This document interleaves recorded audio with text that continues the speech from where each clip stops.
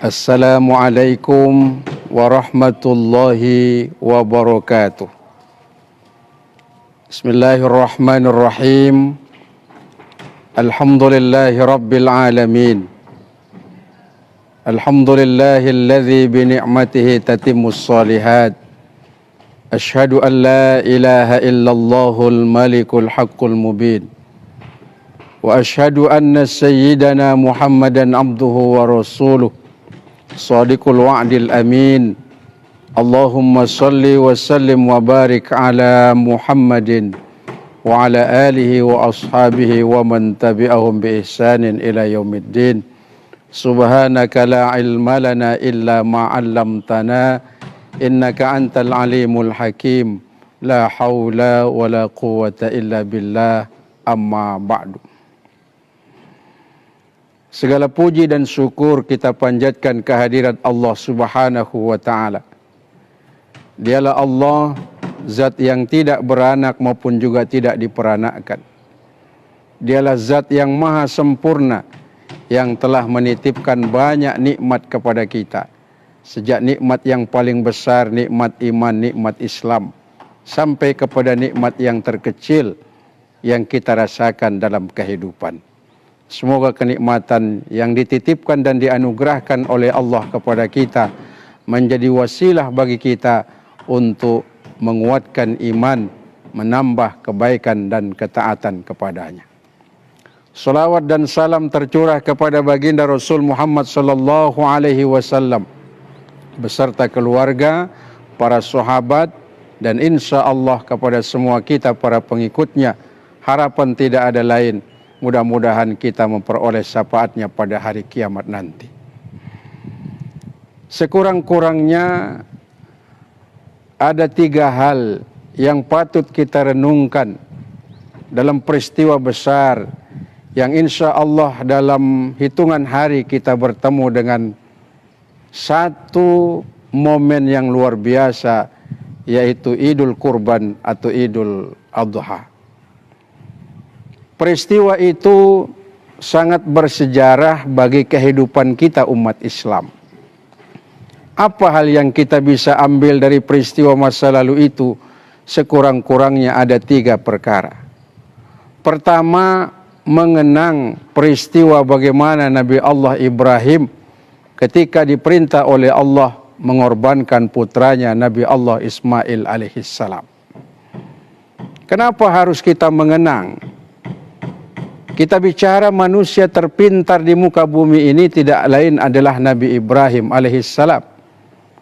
Ketika Allah perintahkan mengorbankan putranya, Nabi Ibrahim tidak menggunakan kepandaian dan kejeniusannya, tapi Nabi Ibrahim menggunakan keimanan dan ketakwaannya kepada Allah Subhanahu wa ta'ala. Semua kita pasti akan diuji oleh Allah Subhanahu wa ta'ala. Dijelaskan dalam Al-Quran, ahasiban nas ayyutraku ayyakulu amanna wahum la yuftanun. Ketika manusia berkata saya beriman kepada Allah, itu tandanya Allah pasti akan menguji mereka. Ujian itu diperlukan untuk menguatkan dan membuktikan keimanan dan keyakinan kita kepada Allah Subhanahu wa ta'ala. Semua kita pasti akan merasakan bagaimana beratnya, sulitnya, susahnya sebuah ujian. Nabi Ibrahim tidak hanya diuji oleh Allah, dikorbankan putranya Nabi Allah Ismail. Bahkan di kemudian waktu Nabi Ibrahim dibakar hidup-hidup. Apakah berkurang keimanannya? Apakah berkurang ketaatannya kepada Allah? Tidak berkurang dan tidak bergeming.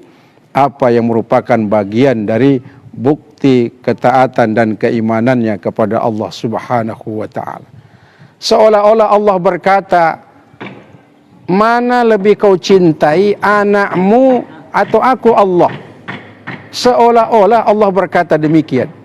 Lebih cinta kepada siapa? Anakmu atau aku Allah?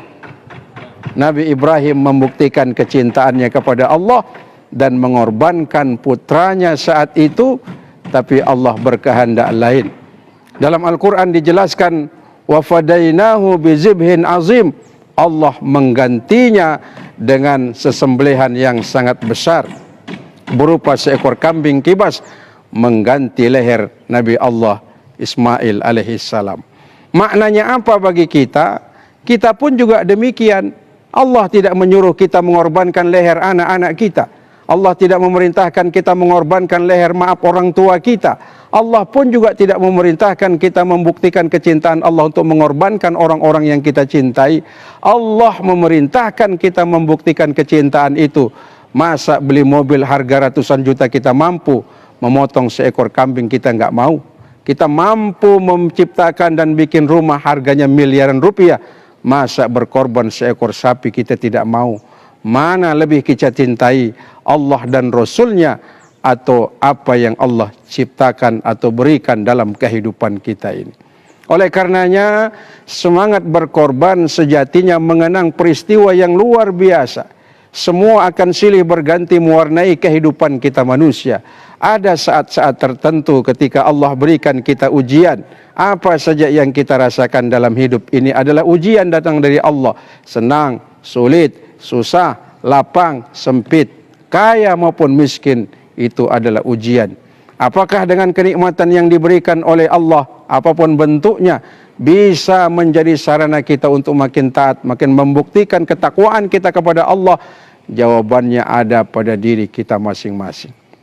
Oleh sebab itu, momentum pada saatnya nanti kita bertemu dengan Idul Kurban, saatnya kita membuktikan kecintaan kita kepada Allah lewat berkorban sapi, onta, ataupun kambing yang kita sisihkan lewat harta benda yang Allah titipkan kepada kita semua. Yang kedua, hikmah Idul Kurban ini untuk membuktikan kecintaan kita kepada Allah Subhanahu wa taala. Kenapa demikian? Penting bagi kita umat Islam, sebagaimana yang diisyaratkan oleh Allah dalam Al-Quran. Apa kata Allah dalam Al-Quran?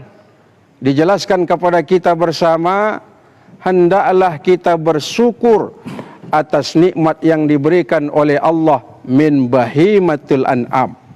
Bersyukur atas nikmat yang diberikan oleh Allah, atas nikmat yang diberikan oleh Allah dalam bentuk bahimatul an'am. Bahimatul an'am itu artinya binatang ternak yang diberikan oleh Allah kepada kita. Banyak kita mohon maaf dititipkan oleh Allah binatang ternak. Ada yang 1000 ekor, ada yang 2000 ekor, ada yang bahkan mungkin puluhan ribu ekor. Berupa kambing, berupa sapi, berupa onta. Dan ini disyariatkan oleh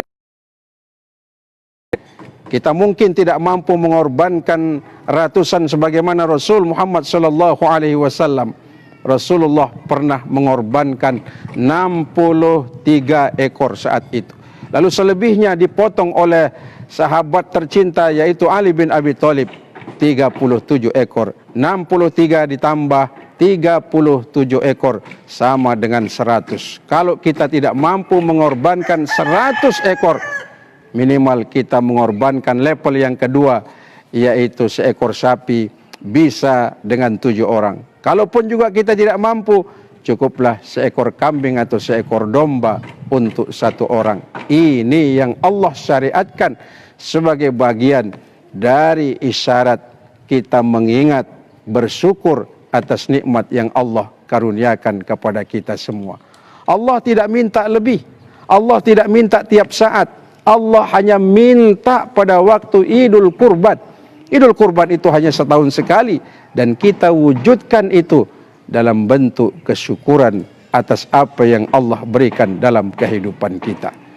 Yang ketiga, hikmah dari kita melaksanakan perintah Allah dalam bentuk hewan kurban ini untuk menyenangkan daripada fakir miskin dan orang-orang yang tidak mampu. Rasulullah sallallahu alaihi wasallam menjelaskan, innama iya ayyamun ajlin wa surbin. Sesungguhnya pada hari itu, tanggal 10, 11, 12, 13, itulah hari-hari kita menyenangkan fakir miskin, memberi makan kepada mereka, memberi mereka bantuan dalam bentuk daging hewan kurban, menyenangkan, membahagiakan mereka, bagian dari perintah Allah Subhanahu wa ta'ala. Tidak ada kebahagiaan yang hakiki, tidak ada kenikmatan yang hakiki.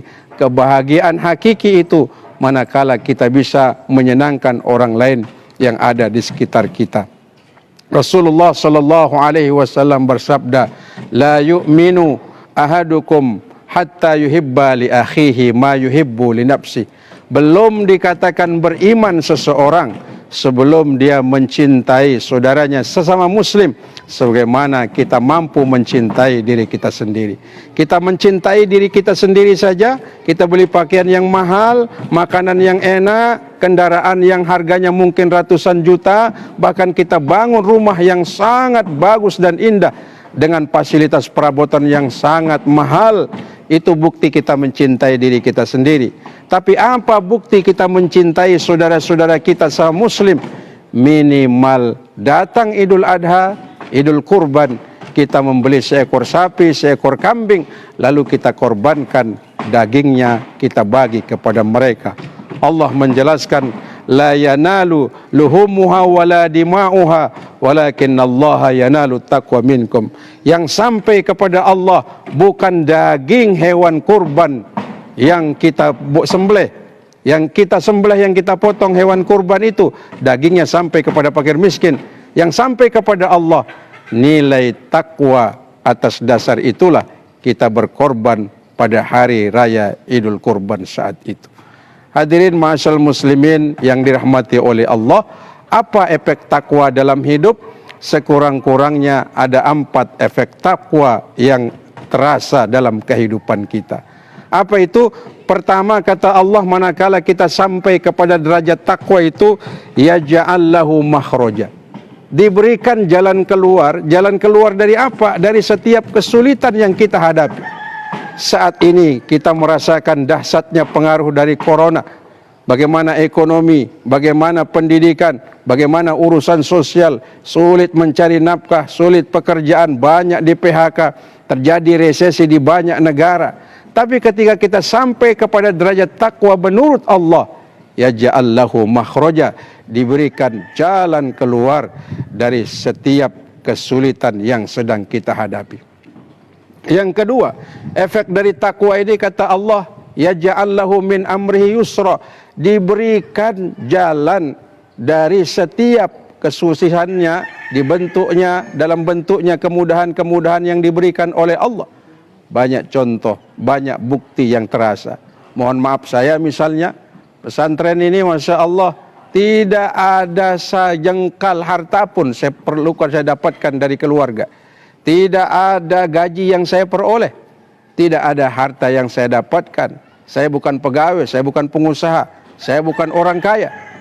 Tapi begitulah Allah, kalau sudah berjanji maka la yukhliful mi'ad, Allah tepati janjinya. Pesantren ini walaupun belum jadi, tapi nampak sebagai isyarat betapa Allah Maha Pengasih, Maha Menolong atas setiap perkara yang kita yakini, dan itu berada di jalan Allah Subhanahu wa ta'ala. Yang ketiga, efek dari takwa itu kata Allah, apa efek yang ketiga? Wa yarzuquhu min haitsu la yahtasib, diberikan rezeki dari jalan yang tidak disangka-sangka.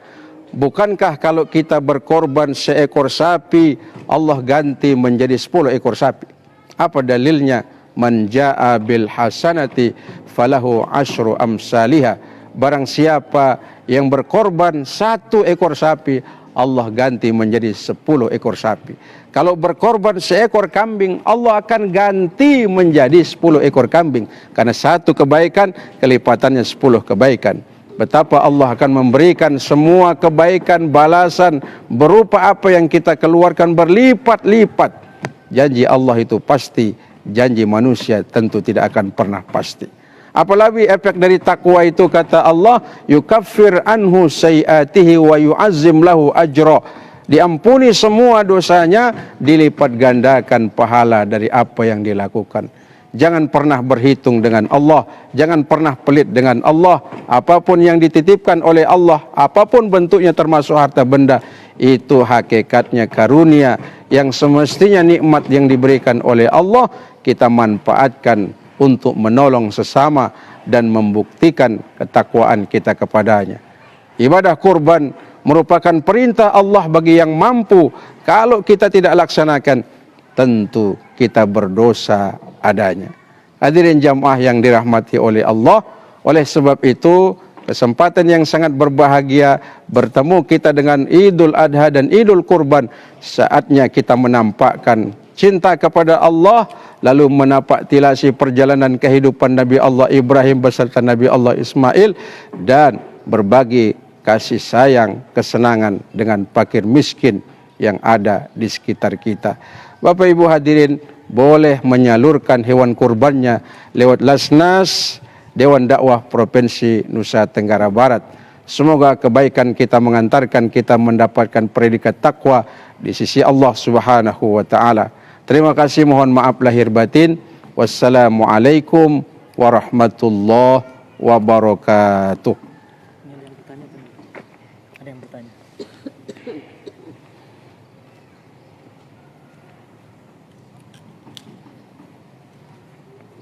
Ya, jadi ada pertanyaan, apa hukumnya atau ancaman bagi orang yang sudah mampu berkorban namun enggan untuk berkorban?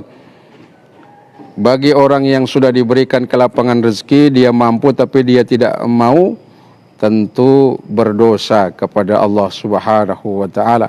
Karena perintah korban itu jelas, dia diperintahkan oleh Allah bagi mereka yang diberikan kelapangan rezeki tapi dia tidak mau, maka Allah memberikan sanksi berupa dosa. Bolehkah berkurban di tempat yang jauh sehingga tidak menyaksikan hewan kurban sembelihan kita? Boleh. Yang jelas niat kita karena Allah. Yang terpenting bahwa hewan sembelihan itu yang disyariatkan oleh Allah. Apa itu tadi? Pertama kambing, yang kedua sapi, yang ketiga ibil. Ibil itu atau jamal. Jamal itu onta. Lazimnya kita di Indonesia yang afdol itu memang seekor kambing. Sebagaimana dulu diganti oleh Allah ketika menyembelih Allah perintahkan Nabi Ibrahim menyembelih putranya Nabi Allah Ismail dengan seekor kambing kibas. Kalau tidak ada kambing kibas, ya tentu sapi. Bisa satu orang seekor kambing atau seekor sapi, bisa juga 7 orang untuk seekor sapi atau onta. Bolehkah memberi upah dari hewan kurban untuk orang merawat sapi kurban kita dengan tidak ada akad kepada orang yang diberi upah? Boleh. Karena sebelum mungkin hewan kurban itu dipotong, ada yang merawat, ada yang mereka ngasih makan, kasih rumput, kasih minum dan sebagainya. Tentu tidak mengapa mereka dikasih upah untuk menjaga hewan kurban kita. Saya rasa demikian ya. Bismillahirrahmanirrahim. Allahumma salli ala sayyidina Muhammad fil awwalin wal akhirin wassalam radhiyallahu tabaraka wa ta'ala an kulli sahabati Rasulillah ajma'in walhamdulillahi rabbil alamin. Rabbana 'alaika tawakkalna wa ilaika anabna wa ilaikal masir. Rabbana 'alaika tawakkalna wa ilaika anabna wa ilaikal masir. Rabbana 'alaika tawakkalna wa ilaika anabna wa ilaikal masir. Rabbana atina fid dunya hasanah wa fil akhirati hasanah wa qina azabannar. Fadlika subhana rabbika rabbil izzati amma yasifun. Wassalamun alal mursalin walhamdulillahi rabbil alamin.